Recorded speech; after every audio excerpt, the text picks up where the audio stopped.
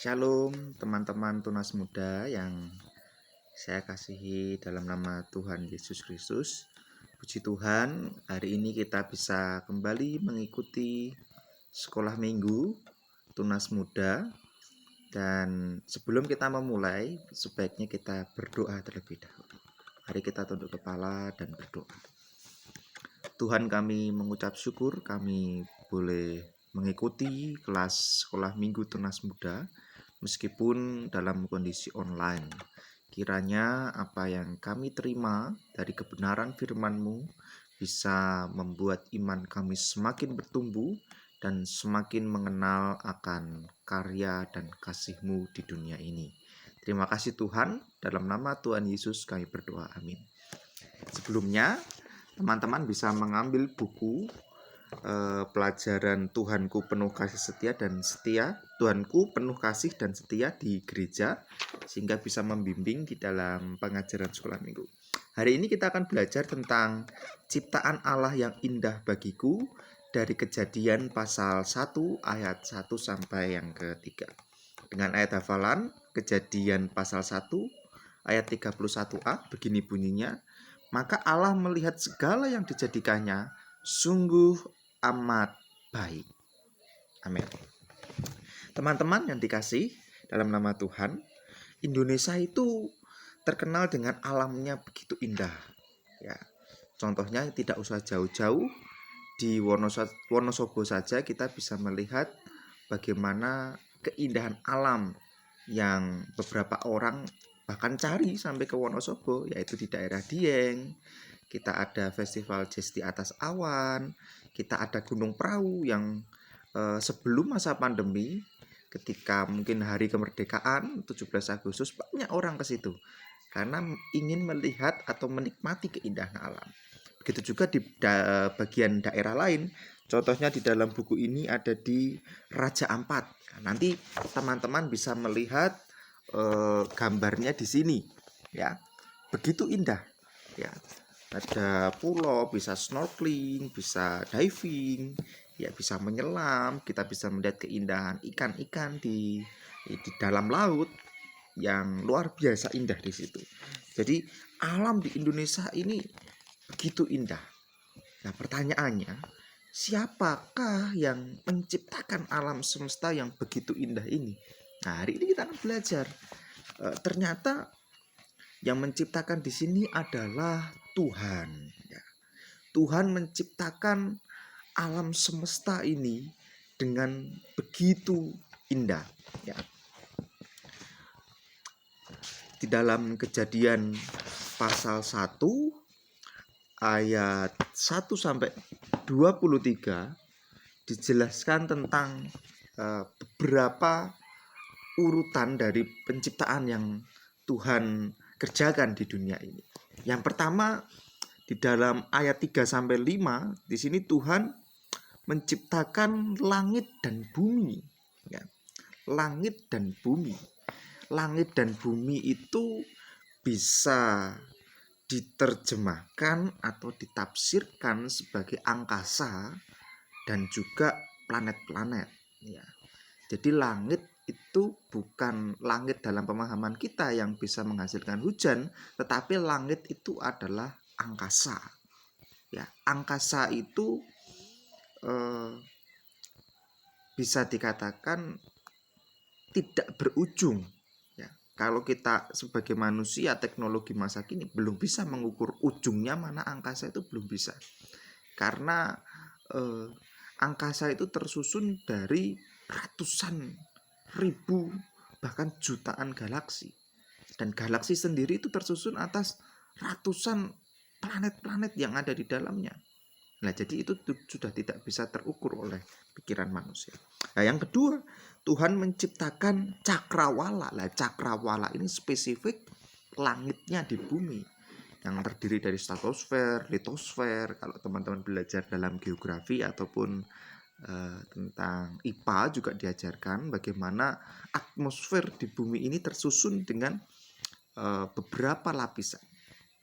Ya, jadi yang pertama tadi Tuhan menciptakan langit, yang kedua Tuhan menciptakan cakrawala, dan yang ketiga Tuhan menciptakan daratan yang dipisahkan dengan lautan beserta tumbuh-tumbuhan. Ini hal yang sangat logis. Ya. Karena apa? Tuhan menciptakan tumbuhan dulu, baru setelah itu nanti ada hewan dan manusia. Ini sangat logis. Kenapa? Kita coba kalau Tuhan menciptakan binatang dulu. Nah, susah. Tidak bisa menghidupi binatang yang herbivora. Karena herbivora butuh makan yang tumbuhan. Itu yang ketiga, ya. Jadi Tuhan menciptakan daratan dan dipisahkan dengan tumbuh-tumbuhan. Dan yang keempat, Tuhan menciptakan benda-benda penerang. Ya, benda-benda penerang.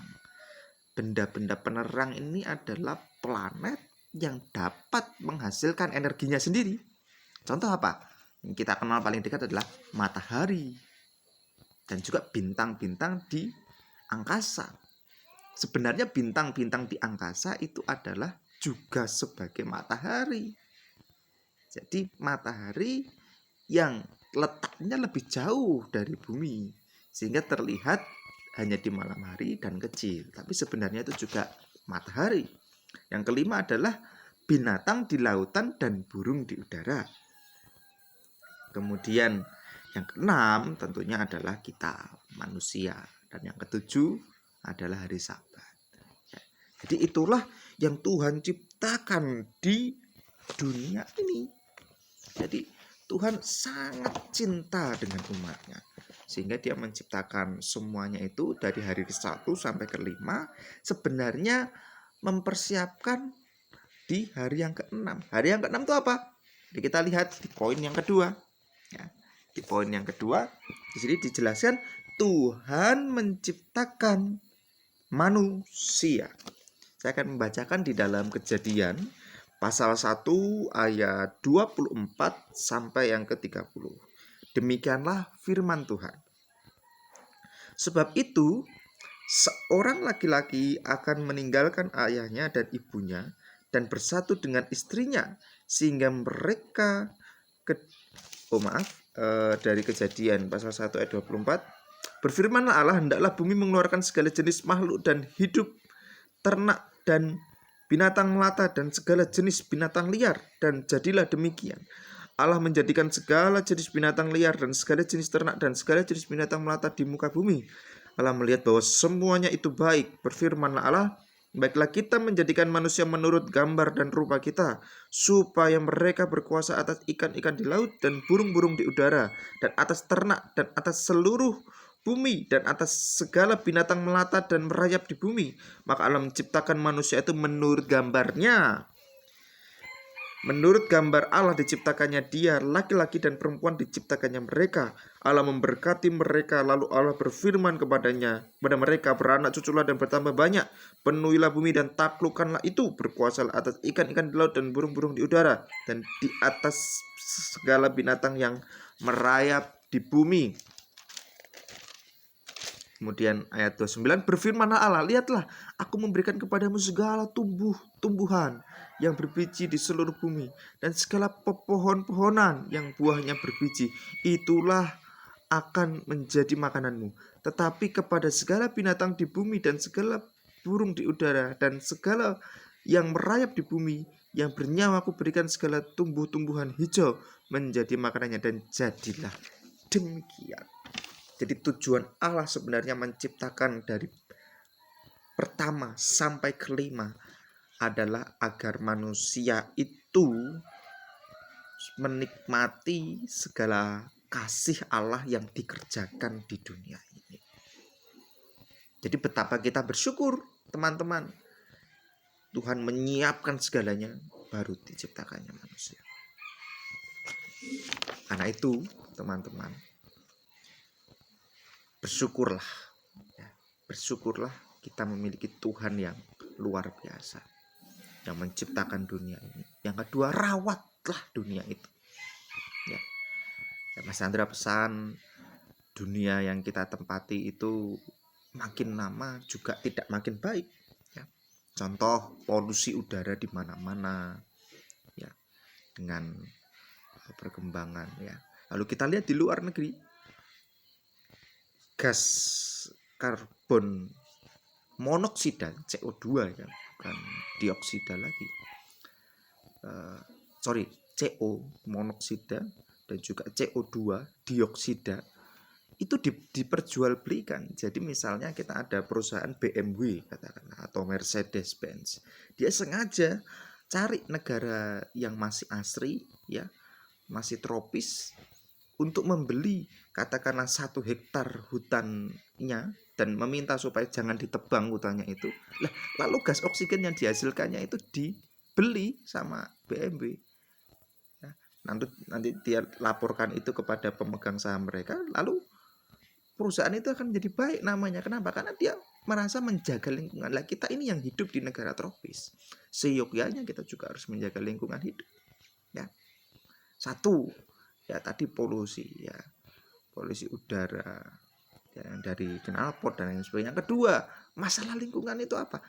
Buang sampah di Indonesia ini masih sembarangan. Ya, plastik ya. Kalau kita lihat di luar negeri orang sudah nggak pakai plastik, pakainya apa? Paper bag yang dari kertas, sehingga ketika dia sudah belanja selesai beli buang itu, atau dia memakai memang plastik tapi dibawa terus. Jadi plastik itu yang dia pakai belanja harian gitu ya. Jadi kita jaga lingkungan ini. Nah, kita jaga, kita rawat lingkungan yang Tuhan sudah berikan dan juga senantiasa mensyukuri segala sesuatu yang Tuhan berikan kepada kita. Mari kita tunduk kepala dan berdoa. Kita mengucap syukur atas sekolah minggu kita pada hari ini dan tetap semangat ya, kita harus mengikuti panduan pemerintah, tetap di rumah ya. Kalau keluar pakai masker, kemudian tetap jaga protokol kesehatan 3M ya, mencuci tangan, menjaga jarak dan memakai masker. Mari kita tunduk kepala dan berdoa. Tuhan, kami mengucap syukur. Tuhan izinkan kami untuk bertemu secara daring, meskipun kami jauh, meskipun kami secara fisik juga tidak bertemu, tetapi kami mengucap syukur Tuhan sudah menolong, Tuhan sudah memberkati sekolah minggu kami pada hari ini. Tuhan berkati kami sehingga kami dalam masa pandemi ini bisa menjalani hari dengan baik, dan juga studi kami Tuhan, kami akan segera masuk ke sekolah kami masing-masing. Berkati kami yang masuk ke sekolah baru, Tuhan juga berkati, yang akan naik kelas Tuhan juga berkati. Berkati kami Tuhan, sehingga kami di dalam kelas tunas muda ini boleh bersama-sama, boleh membangun iman kami dan semakin menguatkan di antara kami. Dalam nama Tuhan kami Yesus Kristus kami sudah berdoa dan mengucap syukur. Amin.